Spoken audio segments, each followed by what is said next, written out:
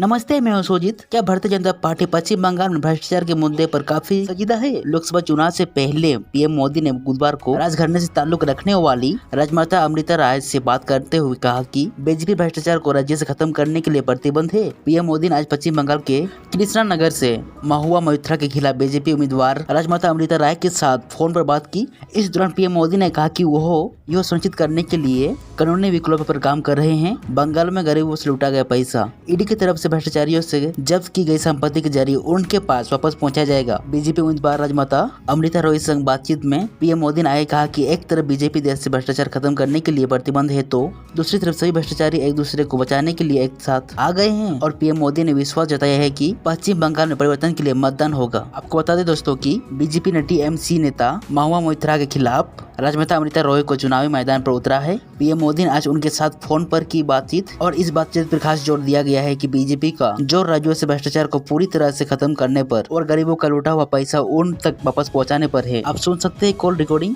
अमृता जी नमस्कार। नमस्कार मोदी जी, आपका बहुत आभारी हूँ। आप मुझे चांस दिए हैं लोगों की सेवा करने के लिए। हम 100% कोशिश करेंगे। आपका चुनाव अभियान कैसा चल रहा है? अभी तो हम निकले हैं तो एक बीजेपी को उनका पिता का देहांत हो गया, हम इधर ही आए हुए हैं तो अभी वापस जाके हम प्रचार में ही निकलेंगे।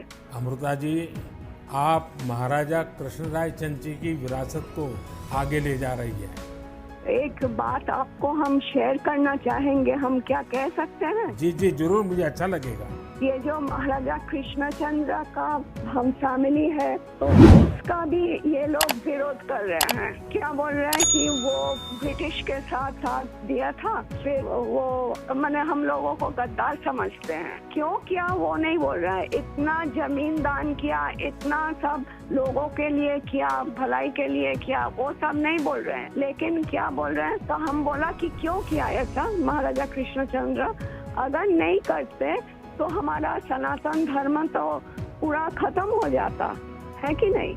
तो वो बात है, क्योंकि तब का वो जो नवाब थे सिराजुद्दौला, तो वो तो बहुत अत्याचारी भ्रष्टाचारी थे। तो इसीलिए उन्होंने तो अकेला नहीं किया, बहुत सारे राजाओं के मिलन हुआ, उसके बाद सभी ने किया।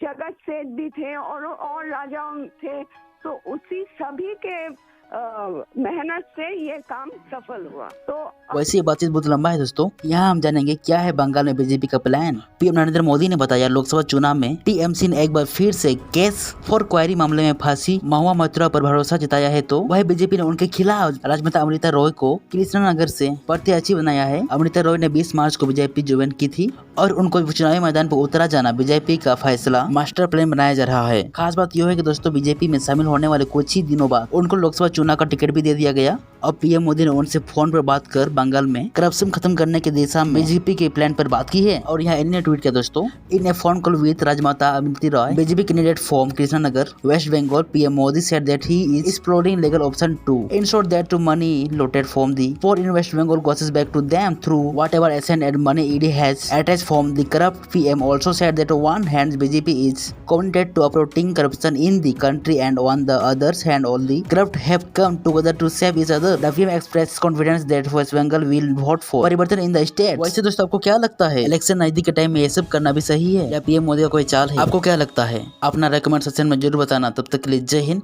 जय भारत।